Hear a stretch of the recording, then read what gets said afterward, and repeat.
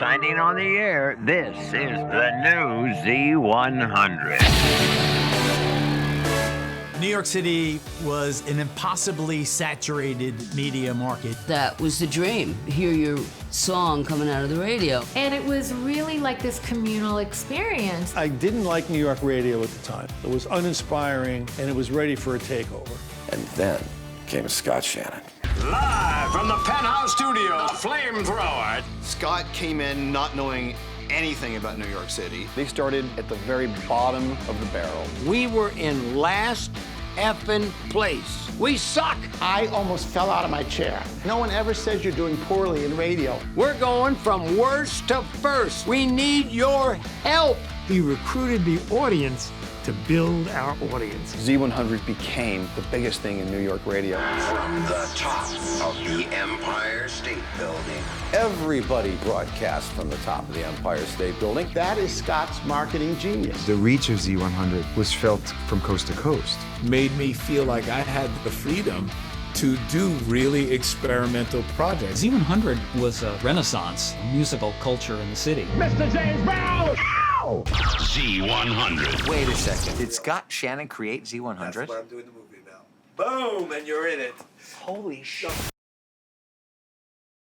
Hello, everyone. Welcome to Cherry the Geek TV. My name is Joe Vanourney.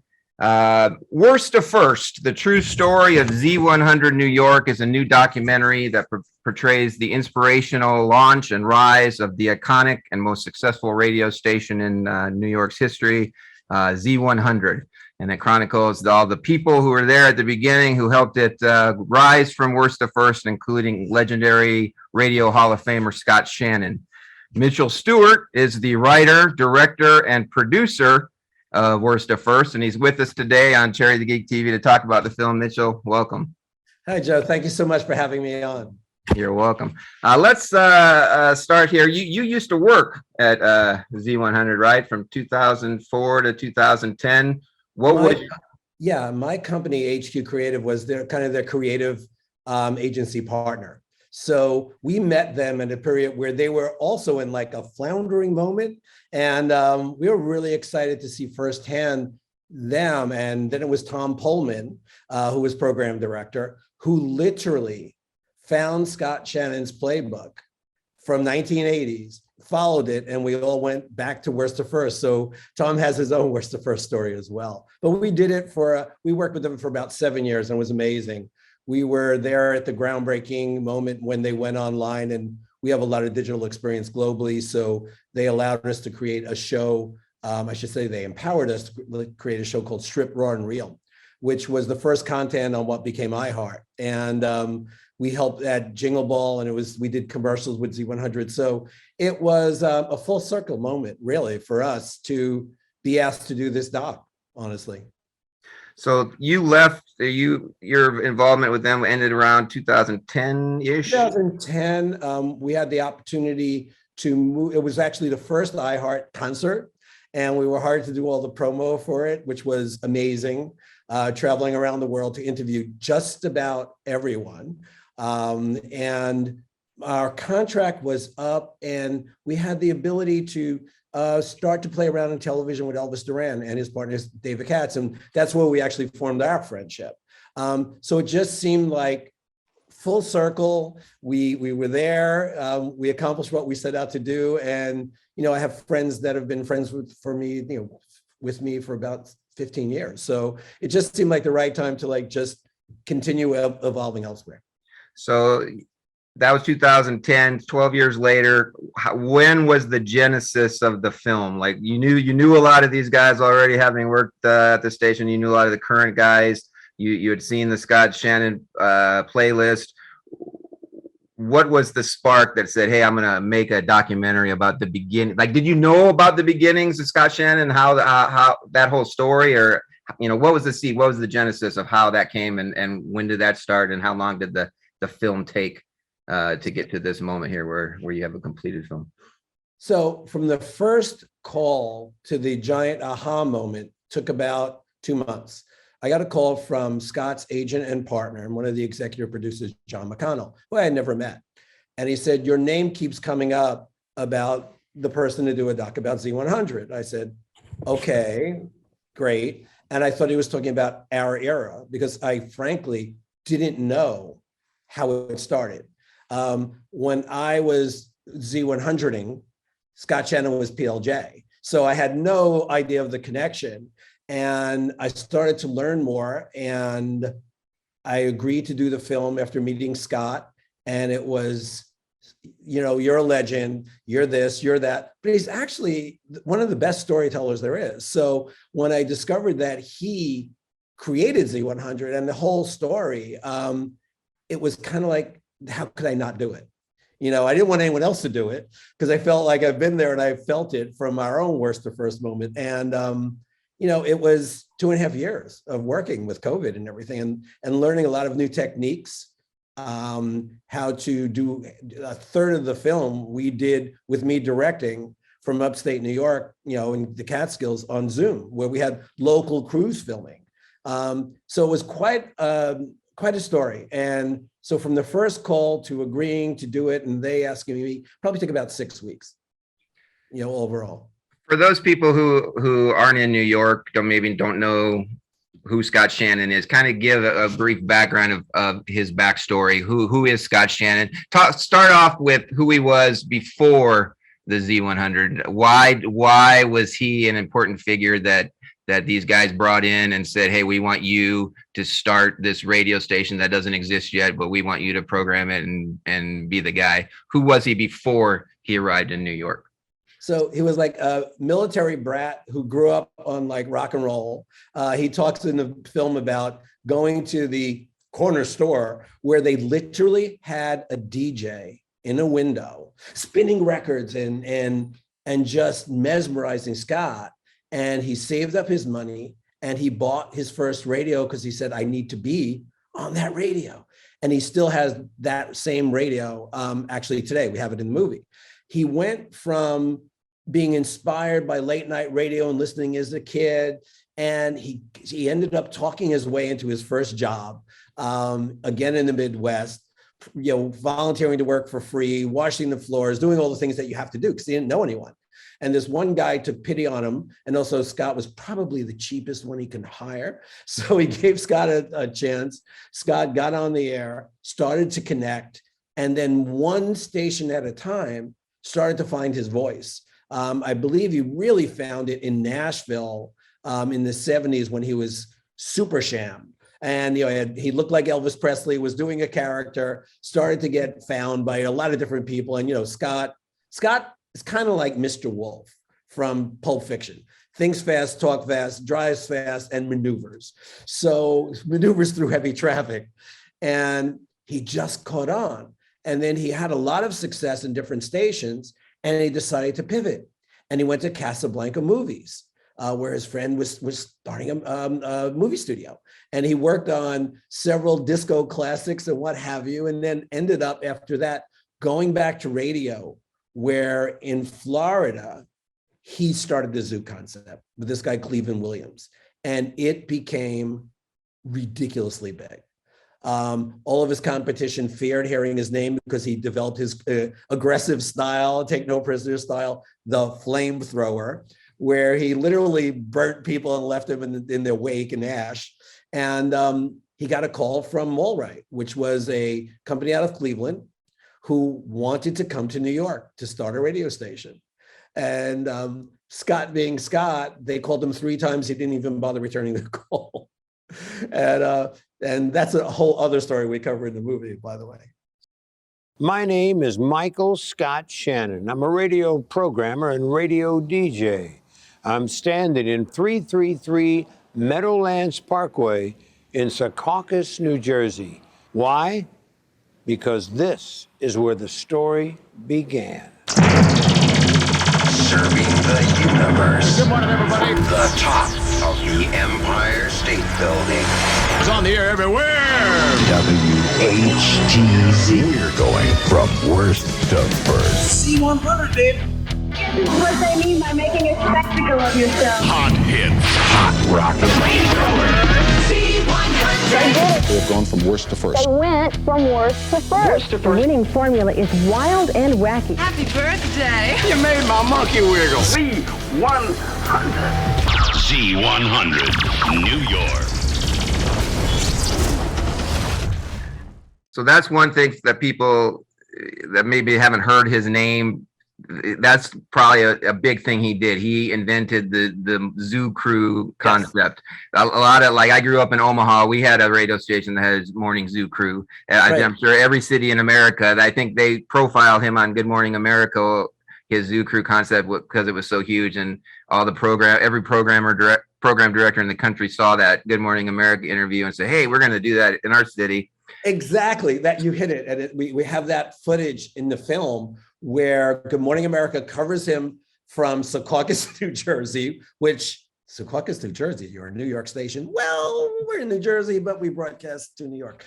They covered that moment where he blew up, and they ended up, like I say in the film, going viral like decades before the was ever invented. So he was on so many different television shows. Here's this local radio guy on all these TV shows. So it was easy for people to learn the concept, listen in, and then try to copy it. So he comes to Secaucus, New Jersey to start this, the station, what is it, WHTZ, which turns into Z100.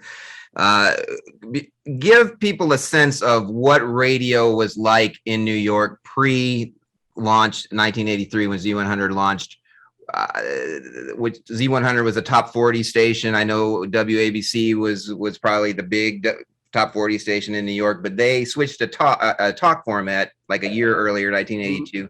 So, but what was the general sense of what radio? Who were the big dogs? Who were the big stations? Kind of give people a sense of what that was like before Z100 launched.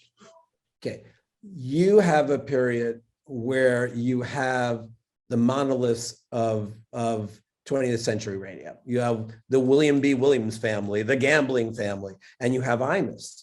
And Imus then was the equivalent. Howard Stern hadn't quite yet become Howard Stern. Imus was in that role. And then you had PLJ, which was one of the big giants. And it was run by the morning DJ was this guy, Jim Kerr, who just was a heartthrob. So you had every generation and every demographic covered. So to have this guy come from Tampa and rarely had ever been in New York, to come here and say, well, I'm going to take over, it was quite a chore. I don't know if he knew what he was getting into, but it was an oversaturated market that was hard to break into, very, very difficult. And here's this guy landing and coming. So daunting task, to say the least. We signed on the air in New York, a brand new radio station, a little bitty radio station that wanted to go from worst to first. So the next morning, I get up, I go to work. He just went nuts. I don't say a word to the members of the zoo. Long about 8 o'clock, I pull out that Associated Press list of radio stations just rolled up. I unroll it like this, all the way down to the ground, and I'm gonna read them on the air. He was reaming out the entire team.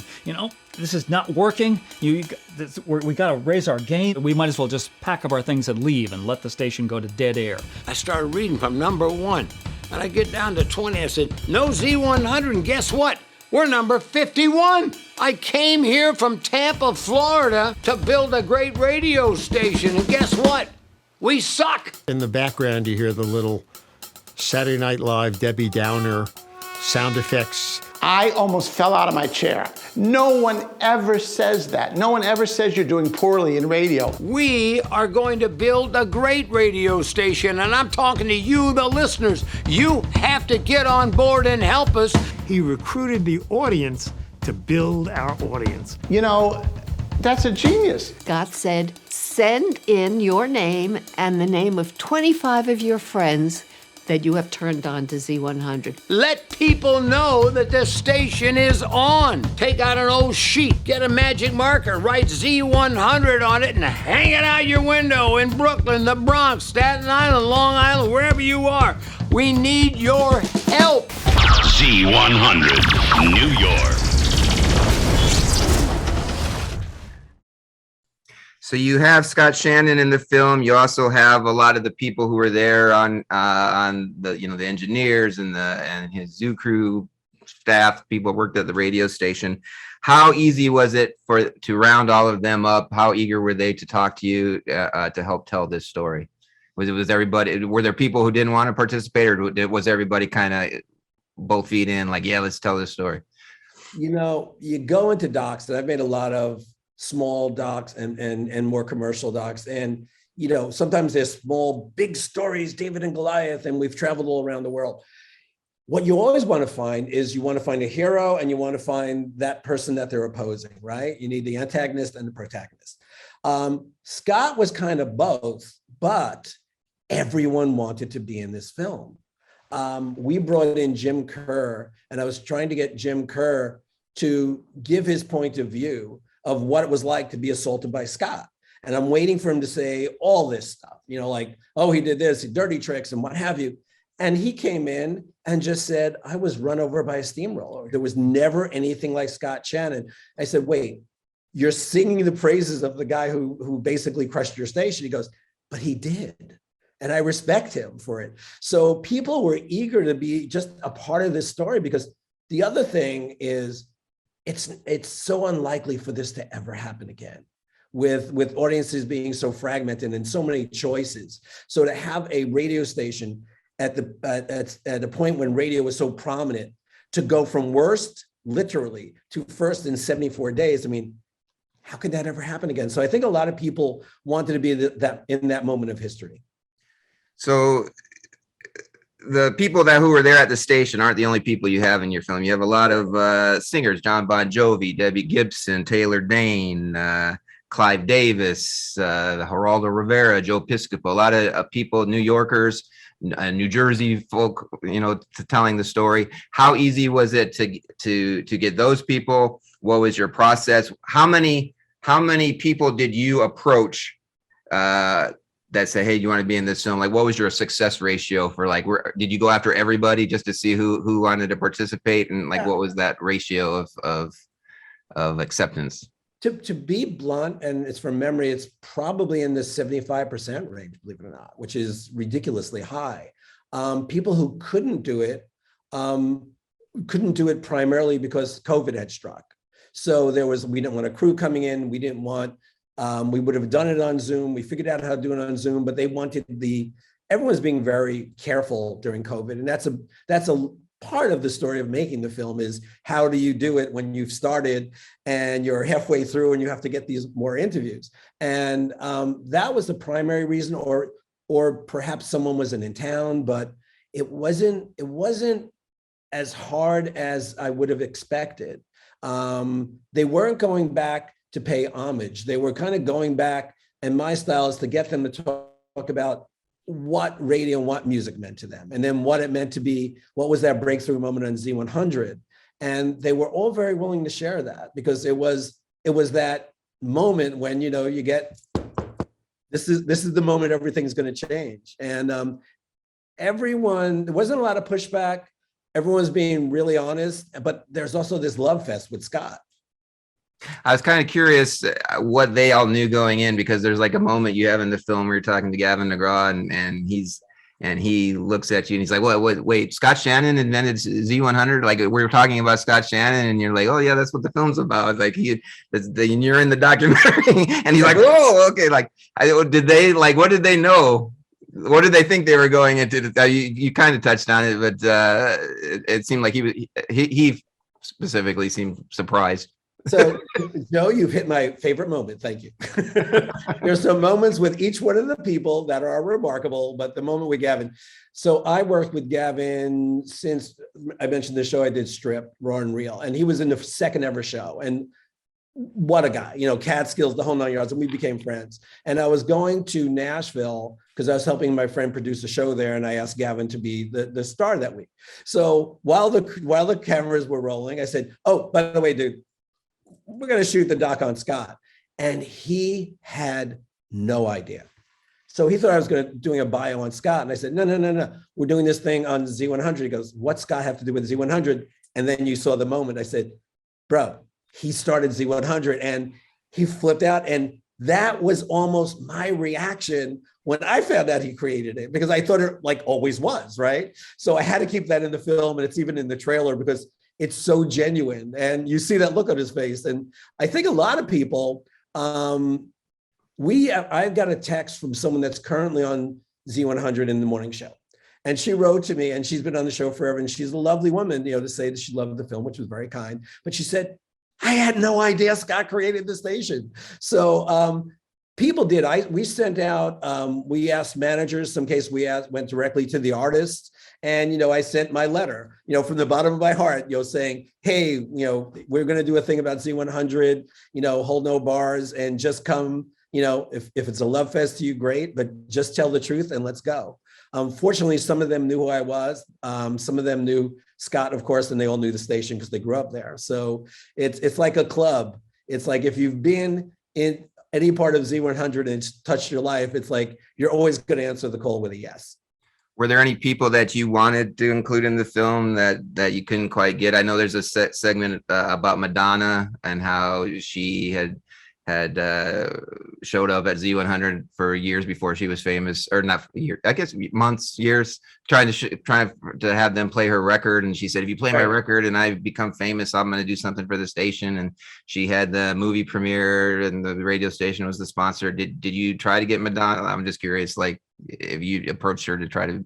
No, I didn't. And I think she was releasing her record when we were looking. So it would have been, why add to that when she's doing her own thing? However, they did give us, one of her songs to use on the phone, to use in the movie. So, she's represented, and it's hard to tell the story without her. So, no, they were, and her team, her manager was very generous in terms of letting her use one of her songs. So. One of the brilliant things about Scott Shannon and the Morning Zoo was his ability to ferret out of pop culture what was the hippest thing happening. He saw where the trends were. One day, our music director came in and said, there's a lady out front who won't go away. She comes every Tuesday, and she insists that we have to play her record.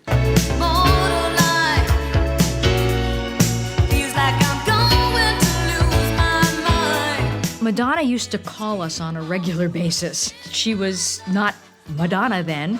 She was just a woman who was trying to get her record played. So I quizzed him. I said, is anybody else playing it?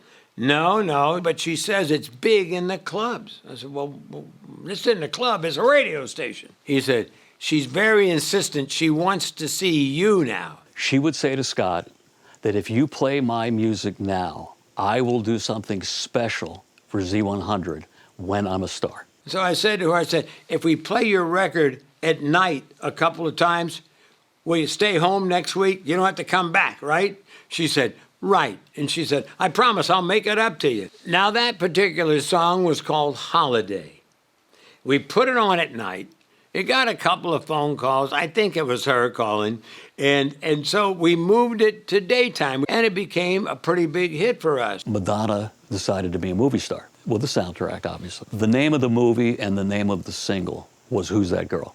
We make a deal with Madonna that the world premiere of the movie in Times Square will air on Z100 Live. Z100, New York. Any voices that you wanted that you think were missing from the film that you would like to have included? Only those that are no longer with us. So I would have loved to have had Imus. That would have been legendary. He's no longer with us. And I didn't want to represent that whole period of Scott and Imus because it wouldn't have been fair, because he wasn't here to defend himself. And whereas Jim Kerr, he's a living, breathing, in his prime victim. So I was going to get him to tell his story. One of my favorite things about radio is the radio wars, when the DJs or the radio personalities attack the other people at the other stations. That's something I've always liked. Something Howard Stern does masterfully, and that's one of the things that I always enjoyed about Stern as he rose to national acclaim, and he'd go into each city and take on. And you have a little segment with Scott Shannon where he's going after the different people, and I'm glad that was included in the film. That's an enjoyable part. But we're about out of time. Before we go, I just want to ask you, what is the current state of Z100 radio for those that aren't in New York? Is it Is it still a powerhouse? I know in today's society with all the different, like you touched on it earlier, that there's so many. Terrestrial radio for the most part, I think in a lot of places is dead. They're clear. You got your clear channels and all this buying up all these radio stations, and they're just cookie cutter formats where they're not even local identities anymore. They're all the same station, no matter what city you go to in the country. Does Z100 still have an identity? Is it still, do you still feel the energy in listening to it in today's times? Here's the best way to answer the question, because the marketplace never lies, right? So when they announced the iHeart Jingle Ball concert, which when it was the Z100 concert, it sells out in 5 minutes. So, and then it goes on a tour. So between their app, between the iHeart app, it's now a global station and people love Z100. So again, it's like, for me as a New Yorker, it's the Yankees, it's the Knicks, it's one of those quintessential New York brands that are just, they're connected, so it's probably bigger than ever just because its reach is exceeded that from what it used to be. Well, the film's fascinating. If anybody has any interest at all in radio, the history of radio, radio wars, top 40 music, I highly suggest you check it out. The film's called Worst to First, the true story of Z100 New York. And this is Mitchell Stuart, who is responsible for it. Mitchell, thank you so much for Thank you. And it's available on pre-order on Apple TV, and it debuts this Friday, February 11th. And after that, it's available everywhere you rent or can purchase a movie. So thank you so much, Joe. I appreciate it. You're welcome. Have a great day. Thanks. You too. Bye.